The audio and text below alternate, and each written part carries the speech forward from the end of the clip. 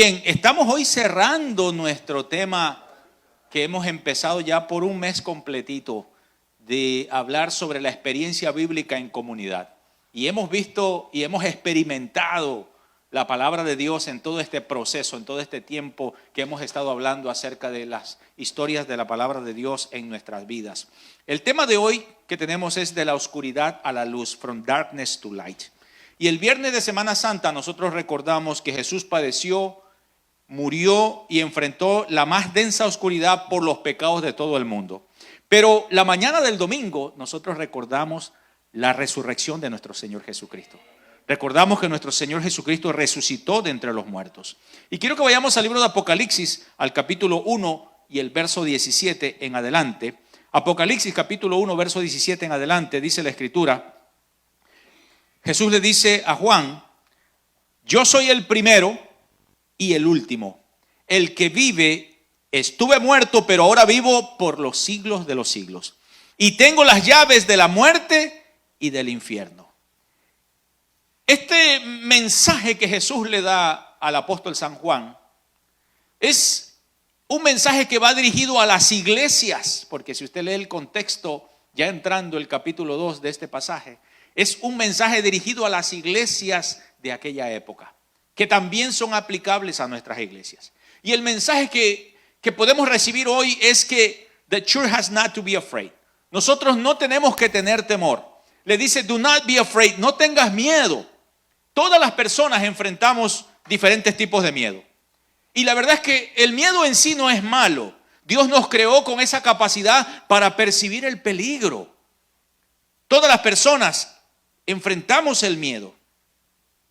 Todas las personas pasamos por estos momentos de peligro y Dios nos creó con esa capacidad.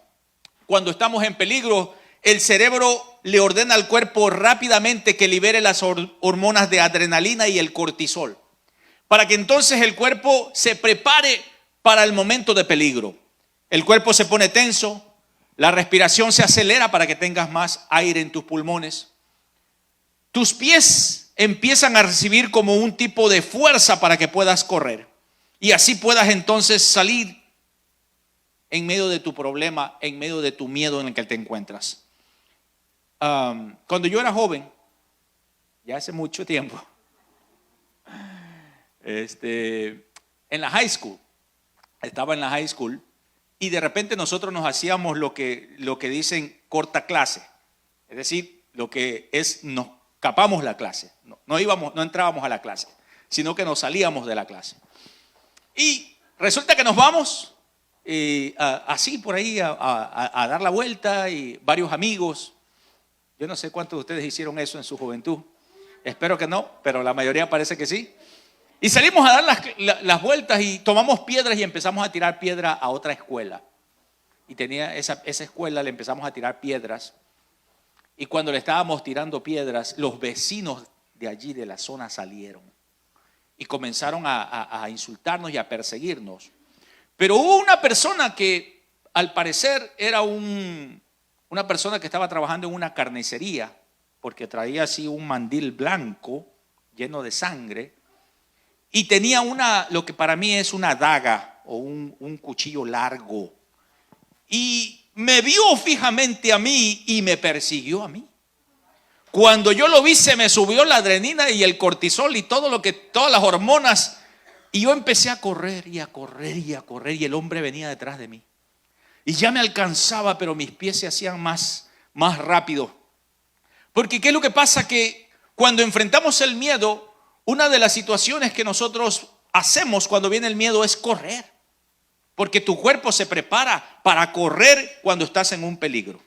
Pero también el cuerpo también de repente se paraliza para entonces quedarte inmóvil, y muchas personas quedan inmóviles por esas situaciones. En años atrás salió una noticia que encontraron un hombre muerto enredado en la cruz de un cementerio, al lado de una tumba. Y cuando hicieron la investigación, llegaron a la conclusión de que la noche anterior un grupo de muchachos hicieron una apuesta para correr por el cementerio. Y resulta que al parecer la conclusión era que este muchacho se quedó enredado por un alambre que había en una cruz de una tumba. Y al quedarse enredado, lo más probable es que pensó que era un muerto que lo había agarrado. Póngase a correr usted en un cementerio, y más cuando eres muchacho. Y entonces el hombre quedó muerto allí del miedo. De hecho, el contexto de cuando Jesús se le presenta aquí a Juan, dice que él cayó al suelo, que quedó inmóvil, porque a veces el miedo también a nosotros nos puede paralizar. Y en esta mañana yo quiero preguntarte cuáles son tus miedos. Tal vez tu miedo es el miedo al fracaso, o tal vez alguno de tus miedos es el miedo al qué dirán, o el miedo al abandono, el miedo a quedarte solo o sola, el miedo a ser traicionado, o tal vez el miedo a la muerte. Y yo creo que todos de alguna forma, cuando estamos en un momento de peligro, de repente el miedo se puede apoderar de nosotros. Pero la realidad es que muchos de estos miedos solamente están en nuestra cabeza. De acuerdo a los científicos, dicen que solamente el 10% de nuestros miedos se convierten en realidad. El 90% no se hacen realidad. Y a veces nosotros sufrimos de miedo simplemente porque no hemos podido aprender a poder confiar en Dios en medio de nuestros miedos. Y hoy quiero recordarles que tienes un Dios todopoderoso que te dice, do not be afraid. Un Dios todopoderoso que te dice, I'm going to be with you every day of your life. Voy a estar contigo todos los días de tu vida.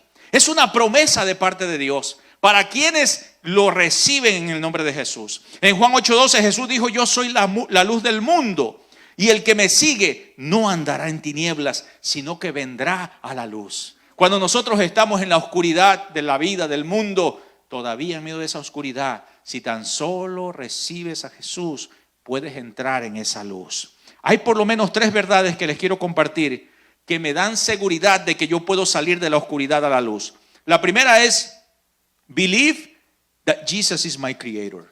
Primeramente, creer que Jesús es mi creador. Aquí en Apocalipsis 1:17, el Señor le dice a Juan, no tengas miedo, yo soy el primero y el último. Ser el primero quiere decir que todo inició con Dios. Todo lo que existe, todo lo que vemos hoy en día y lo que no vemos, fue creado por Dios. Y ser el último quiere decir que todo va a terminar con Dios. Así que de usted depende dónde quiere irse, si quiere irse con los que están a medias o quieren irse con la seguridad de que todo termina con Dios. Él dijo, yo soy el alfa y el omega, yo soy el principio y el fin. Él es el Génesis y Él es el Apocalipsis. En Génesis 1 dice que en el principio creó Dios los cielos y la tierra, y que la oscuridad estaba cubriendo toda la tierra. Y de repente Dios dijo, sea la luz. Y en medio de la nada salió la luz. Yo no sé qué tan oscura está tu vida hoy, pero escucha la voz de Dios que te dice, recibe la luz. Sea la luz en tu vida en medio de tu oscuridad. Escucha la voz de Dios que te dice, yo soy la luz del mundo, y si me sigues no andarás más en tinieblas. Recibe la luz de Dios en el nombre de Jesús. Dios es el único que nos puede sacar de la oscuridad a la luz. Como creador de nuestra vida, Él sabe quiénes somos. Él escogió nuestra raza, nuestro color de piel, nuestro nombre, nuestro propósito. Él lo ha escogido. Él ya sabe lo que nosotros vamos a hacer, pero tenemos que escuchar ese llamado de Dios. Allá en el Salmo 139, el rey David escribió, Dios mío, tú me conoces muy bien, sabes todo acerca de mí, sabes cuando me siento y cuando me levanto, hasta mis pensamientos, todo lo sabes de mí. Así es que si usted está pensando en este momento, ¿qué estoy haciendo aquí? What am I doing here?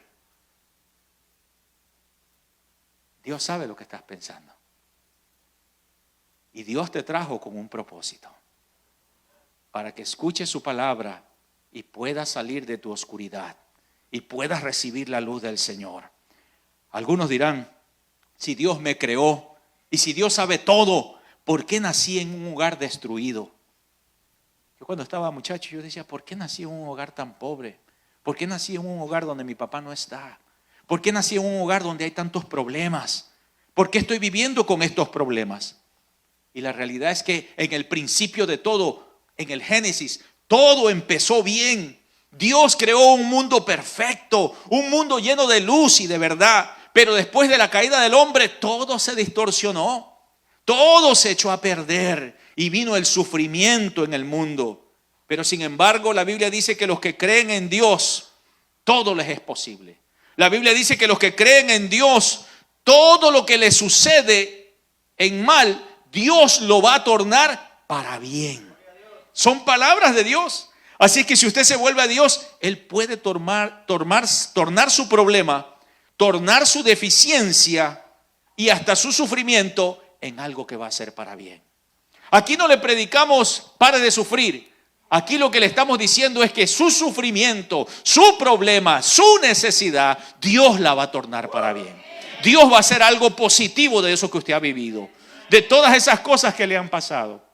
Es un plan de parte de Dios que lo permitió, pero para algo mejor. Dios lo va a tornar para bien. Si vemos al salmista David, antes de ser rey, era menospreciado por sus hermanos. Sus padres no lo veían con futuro, porque la Biblia dice que era de apariencia delicada. No era como sus otros hermanos. Los otros hermanos de David eran grandes, toscos, fuertes. Y en la época de David, en esos tiempos, mis hermanos, las personas no se medían por el cerebro, por sus capacidades mentales, sino que se medía por su altura, por su cuerpo. Esa era en aquella época. Hoy en día se tiene que ver con esto. ¿Están aquí? Tienen que ver con esto. Entonces en los tiempos de David, David era el menospreciado. Y por eso su papá lo tenía en las montañas por allá, que estuviera cuidando ovejas. Y eso me habla de resentimiento, eso me habla de soledad. Es probable que David pensaba, ¿por qué nací así? ¿Por qué me hicieron rubio y de ojos azules? ¿No está convencido?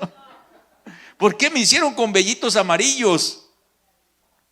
Hay algunos que dirán, ¿por qué yo nací así?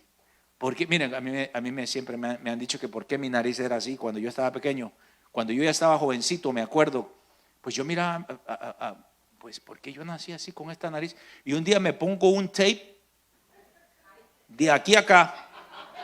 Cuando tú estás muchacho, pues tú no sabes. Yo dije, a ver qué pasa. Me puse el tape y pensé que al quedarme toda la noche con el tape pegado aquí, se iba a arreglar la nariz. O por lo menos iba a pasar algo. Ahí me puse, entonces ya, pero como se caía, me le puse un montón de tape. Y tuve que salir a la calle. ¿Qué te pasó, hijo mío? ¿Qué te pasó? Pues un tape blanco pegado allí. Creían que me había pasado algo. No, pues nada. Y me daba vergüenza decirles que tenía el tape allí.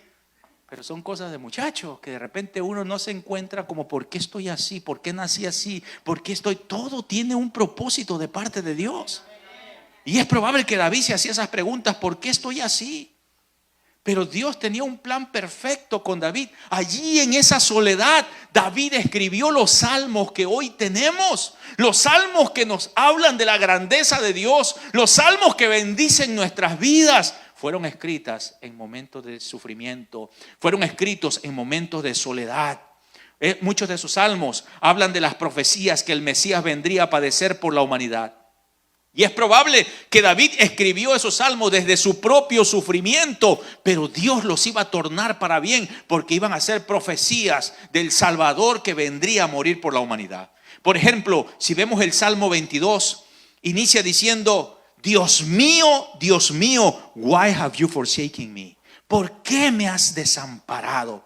Y esas fueron las mismas palabras de Jesús. Esas fueron las mismas palabras de Jesús cuando estaba en la cruz. En el verso 7 dice, todos los que me ven se burlan de mí, estiran los labios y se mueven la cabeza diciendo en el Señor confió, que Él lo rescate. Y ese es el mismo panorama que sucedió cuando Jesús estaba colgado en la cruz. David está escribiendo eso muchos años atrás, pero cuando viene Jesús se cumple esa profecía. Se burlaban de David, pero ahora estaba pasando lo mismo en los tiempos de Jesús. En el verso 18 dice, repartieron entre sí mis vestidos y sobre mi ropa echaron suertes. Y eso es lo mismo que sucedió con el Señor Jesucristo cuando Él estaba en la cruz. Los soldados le quitaron la ropa y echaron suerte, jugaron a los dados allí enfrente al Señor Jesucristo. Así que, así como David, Dios conoce todo de ti. Él fue el que te creó, Él conoce tus debilidades. Y si te vuelves hoy a Él, Él puede tornar tu lamento en baile. Él puede transformar las situaciones de la vida. La segunda verdad que me dan seguridad que puedo salir de la oscuridad a la luz es que Jesús pagó el precio. Jesus paid the price. En Apocalipsis 1:18 Jesús dice: yo soy el que vive y estuve muerto, pero ahora vivo por los siglos de los siglos. Jesús pagó el precio de nuestro rescate. Jesús pagó el precio de nuestra salvación y la pagó con su propia vida. El Todopoderoso tomó la forma de hombre. La Biblia dice que siendo Dios no escatimó ser igual a Dios como cosa que aferrarse, sino que se despojó de todo y tomó la forma de un ser humano para entonces morir por nosotros, entregarse en una cruz por nuestros pecados. Debido a la caída de Adán y Eva, la Biblia dice que estábamos muertos en nuestros delitos y pecados. Estábamos destituidos de la gloria de Dios. Estábamos cegados en la oscuridad. Todo era un panorama de muerte. Era un panorama de destrucción. Y el mundo necesitaba un Salvador. Un Salvador que fuera libre de la contaminación del pecado. Por eso Jesús tuvo que nacer, pero tuvo que nacer de una virgen. De una virgen. Es decir, que nació, fue concebido sin pecado. Esa es la única forma por la cual nosotros podíamos ser salvados. Nadie más nos podía salvar. Había todo un esquema de sacrificios para que el hombre pudiera ser perdonado de sus pecados, los cuales eran, la ley declaraba que en la muerte de un animalito, de un corderito, lo limpiaba uno de sus pecados. Jesús se vino a convertir en el Cordero de Dios, que vino a quitar el pecado de todo el mundo. Vino a salvarnos de nuestros pecados. Y la profecía de Isaías 53 dice que Jesús iba a ser despreciado, iba a ser desechado entre los hombres, varón de dolores, experimentado en quebranto. Jesús experimentó los dolores en todos los niveles. Primeramente, el sufrimiento de Jesús fue un sufrimiento espiritual. ¿Por qué? Porque Jesús cargó el pecado de toda la humanidad. En el mundo espiritual, nosotros no estábamos viendo eso. En el mundo espiritual, la gente que estaba allí no podía percibir o no podía ver que todo el pecado del mundo estaba cayendo sobre la espalda de nuestro Señor Jesucristo. La Biblia dice que el castigo de nuestra paz fue sobre de Él y por sus llagas fuimos nosotros curados. El sufrimiento de Jesús fue emocional. Todos sus discípulos huyeron. Todos lo dejaron en los momentos difíciles. En el momento de angustia, de necesidad, en el momento difícil, uno lo entregó y el otro lo negó. Eso se llama traición. Así que si a usted lo han traicionado, si a usted lo han abandonado, Jesús también bebió esa copa. El sufrimiento de Jesús también fue físico. Fue flagelado brutalmente. El látigo romano tenía unas trenzas de metal que cuando era lanzado, o cuando el latigazo era lanzado y era abstraído de vuelta, arrancaba la carne del penitente. Así es que cuando a Jesús lo están dando 39 latigazos, lo desfiguraron. Su cuerpo fue desfigurado prácticamente. Fue flagelado brutalmente. Fue traspasado con clavos en las manos y en los pies. Los clavos romanos medían 18 centímetros de largo. Y fue puesto en una posición vertical asfixiante que le impedía respirar. Él tenía que levantarse con sus pies para poder respirar mientras estaba clavado en una cruz. En otras palabras, estaba siendo brutalmente, inhumanamente torturado. Jesús pagó el precio por nuestra salvación. Primera de Pedro 1:18 dice que el precio de su rescate no se pagó con cosas perecederas como el oro o la plata, sino con la preciosa sangre de Cristo, como de un cordero sin mancha y sin defecto. El cordero en el Antiguo Testamento que limpiaba el pecado de la humanidad tenía que ser un cordero sin mancha y sin defecto. Cuando las personas, los pecadores, venían a los sacerdotes en épocas antiguas a pedir perdón por sus pecados, tenían que traer ese cordero. El sacerdote tenía que revisar el cordero y le miraba si el cordero le faltaba una oreja, o tenía algún rasguño, o tenía un ojo menos. El sacerdote decía: no puedo aceptar este sacrificio. Tienes que ir y regresar y traer un sacrificio aceptable para Dios. ¿Por qué? Porque ese sacrificio representaba a Cristo. Tal vez en el Antiguo Testamento ni siquiera se imaginaban, porque la Biblia dice que el Antiguo Testamento era una sombra de lo que iba a suceder en lo que estamos viendo en Cristo. Cristo vino a ser ese cordero y tenía que ser un cordero sin defecto, sin mancha. En otras palabras, sin pecado. Jesús vino a ser ese cordero de Dios que vino a liberarnos de nuestros pecados. El corderito fue Cristo nuestro Señor.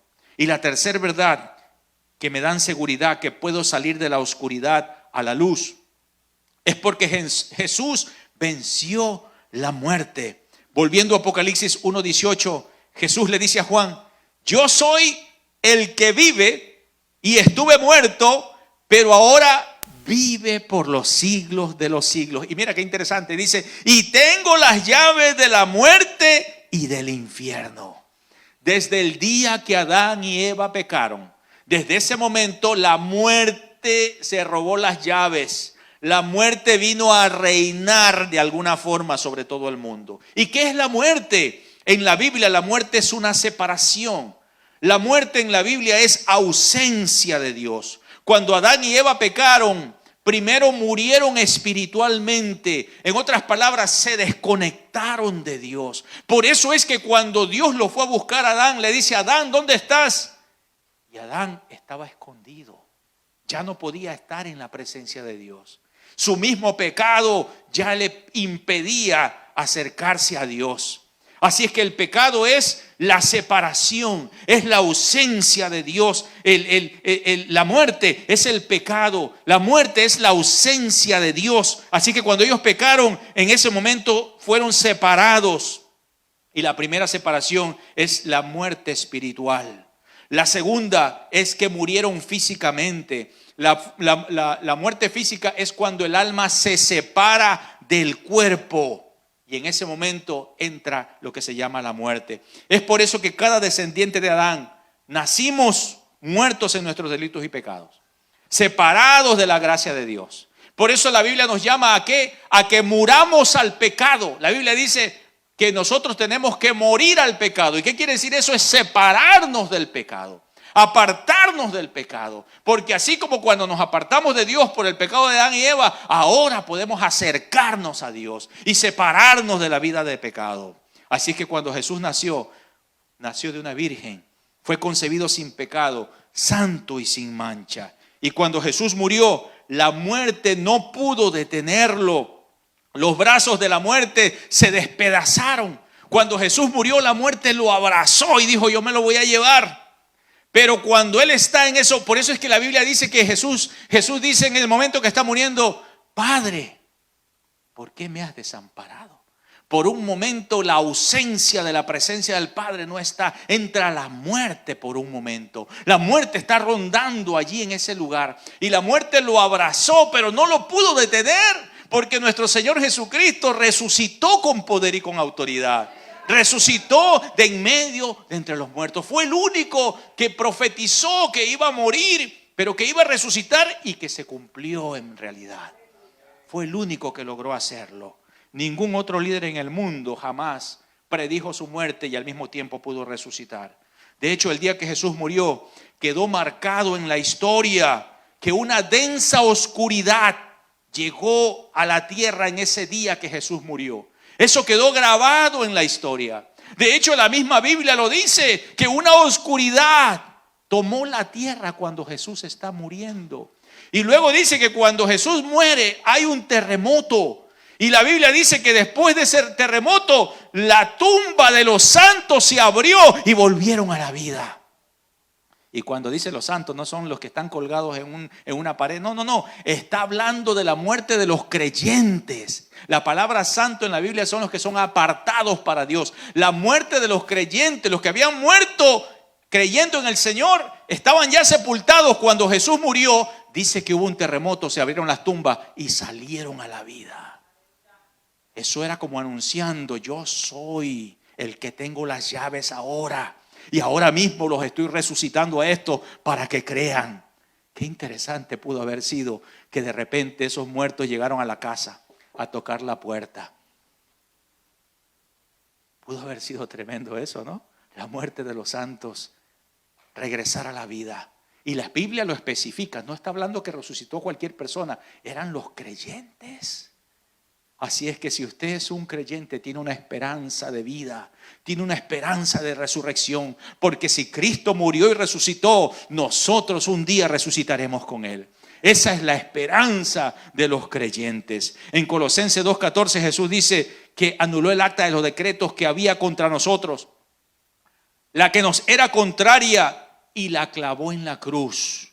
Y también despojó a los principados y a las potestades, triunfando sobre de ellos en la cruz del Calvario.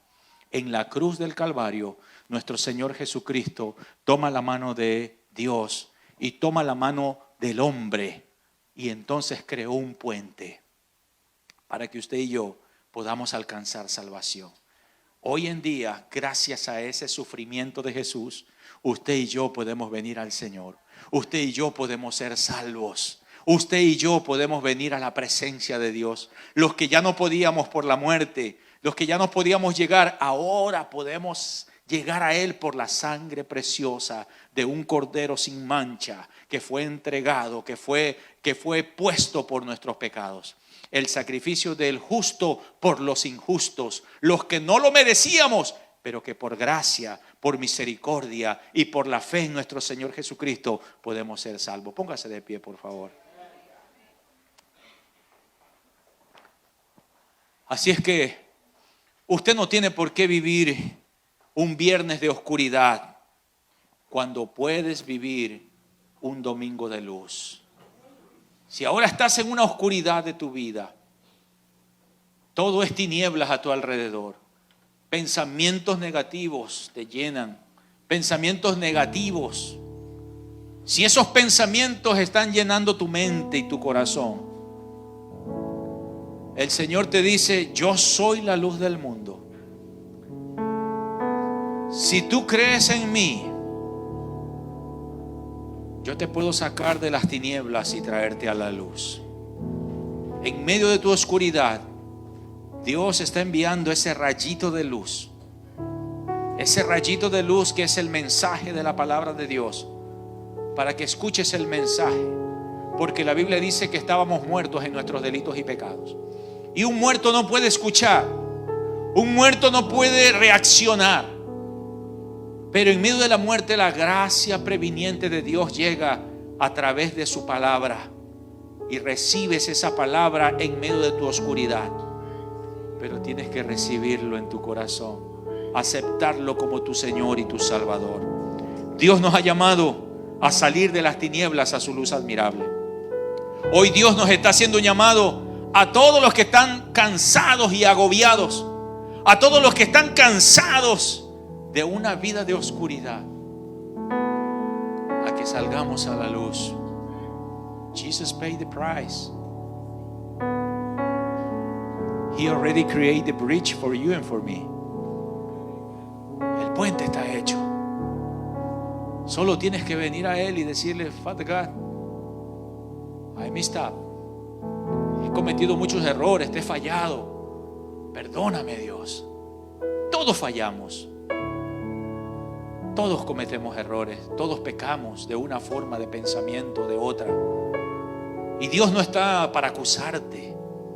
Dios está para rescatarte. La Biblia dice que Él anuló el acta de los decretos que nos era contraria. Exhibió públicamente a los principados y potestades para que usted y yo podamos ser salvos. Cuando Jesús murió, la Biblia dice que descendió a las profundidades de las tinieblas. Y cuando Jesús descendió a las profundidades de las tinieblas, en medio de esas tinieblas, de esa oscuridad, Jesús empezó a traer luz. Porque donde llega la luz, huye la oscuridad. Tal vez los demonios estaban allí armando una gran fiesta porque habían matado a Jesús en la cruz. Y tal vez los demonios estaban ya diciendo: ya vencimos, ya lo acabamos, ya lo matamos. Y estaban en un gran festejo. Y de repente, en medio de ese festejo, en medio de esa fiesta de los demonios, va llegando la luz de Cristo. Aquellos demonios no pudieron resistir la luz, tuvieron que doblegarse delante de la presencia de Dios. Y la Biblia dice que Jesús puso los pies de la iglesia por encima de Satanás.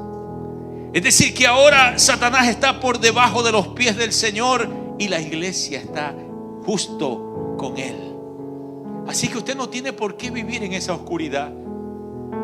Jesús ya pagó el precio por tus pecados. Cada vez que falles a Dios, el enemigo te va a acusar y te va a decir que tú no vas a cambiar, que tú no vas a poder seguir este camino. Te va a decir que qué haces ahí en una iglesia si no vas a poder cumplir. Pero Dios te está diciendo que si tan solo te vuelves a Él de corazón, He is going to fix you. Tú no puedes cambiarte a ti mismo. Tienes el deseo de Dios. Con eso es suficiente para que Dios empiece a hacer la obra en ti. Y de ahí en adelante tienes que ser como aquel que levanta sus manos cuando te ponen una pistola y te quieren robar. Solamente dice: llévate todo.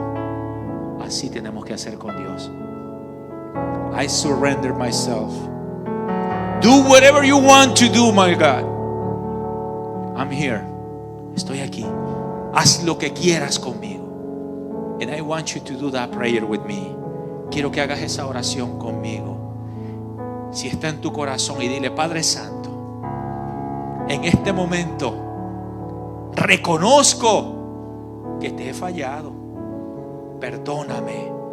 Lávame con tu sangre. Díselo: lávame con tu sangre. I surrender. Yo me humillo. Yo me doblego ante ti. Reconozco el sacrificio que hiciste en la cruz. Lo reconozco. No lo hiciste en vano, Señor. Lo hiciste por mis pecados. Y yo lo acepto y lo reconozco. Hoy me doblego ante ti. Soy un pecador que viene arrepentido. Dile: soy un pecador que viene arrepentido. Lord, I need you. Te necesito, Señor. Toma mi mente y mi corazón, en el nombre de Jesús. Amén, amén. Hoy es el día de la Santa Cena. Hoy es el día de la comunión. Si usted no tiene esta copita, levante su mano para que se la hagan llegar. El equipo de bienvenida puede pasarle, si levanta su mano, si no lo tiene y quiere participar de la cena. La Santa Comunión es una de las enseñanzas que Jesús dejó para que sean observadas hasta el día de su venida. Nosotros tenemos la práctica de la mesa abierta. Eso quiere decir que es Jesús mismo el que está entre nosotros. Es Jesús mismo el que te hace la invitación